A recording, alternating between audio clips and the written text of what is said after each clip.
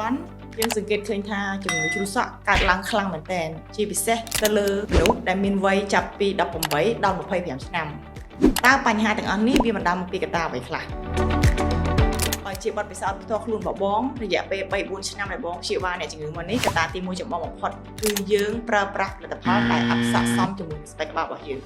កត្តាទី2យើងអត់ទាន់ដឹងថាតើការថែទាំស្បែកក្បាលប្រភេទមួយណាដែលត្រឹមត្រូវបំផុតសម្រាប់ខ្លួនឯងបានន័យថាយើងចេះតែទិញផលិតផលតាមគ្នាឬតែគេប្រើត្រូវយើងប្រើដែរកត្តាទី3យើងចូលចិត្តញ៉ាំគ្រឿងកំប៉ុងដែលមានជាតិផ្អែមខ្លាំងជាតិអាល់កុលច្រើននិងផលិតផលដែលធ្វើសម្រេចហើយបានន័យដូចជាប្រហិត hot dog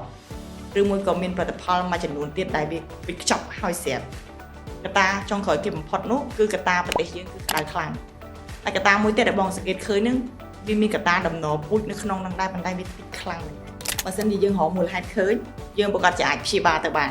បញ្ហាខាងលើដែលបងនិយាយនេះគឺយើងសិតតែអាចដោះស្រាយបានអាចព្យាបាលបានព្រោះយើងដឹងពីមូលហេតុរបស់វាយើងនឹងកាត់ឫសគល់នៃបញ្ហាហើយយើងប្រើប្រាស់ថ្នាំទៅតាមវិជ្ជាបញ្ជាប្រើប្រាស់ថ្នាំទៅតាម WHO និង FDA គេ approve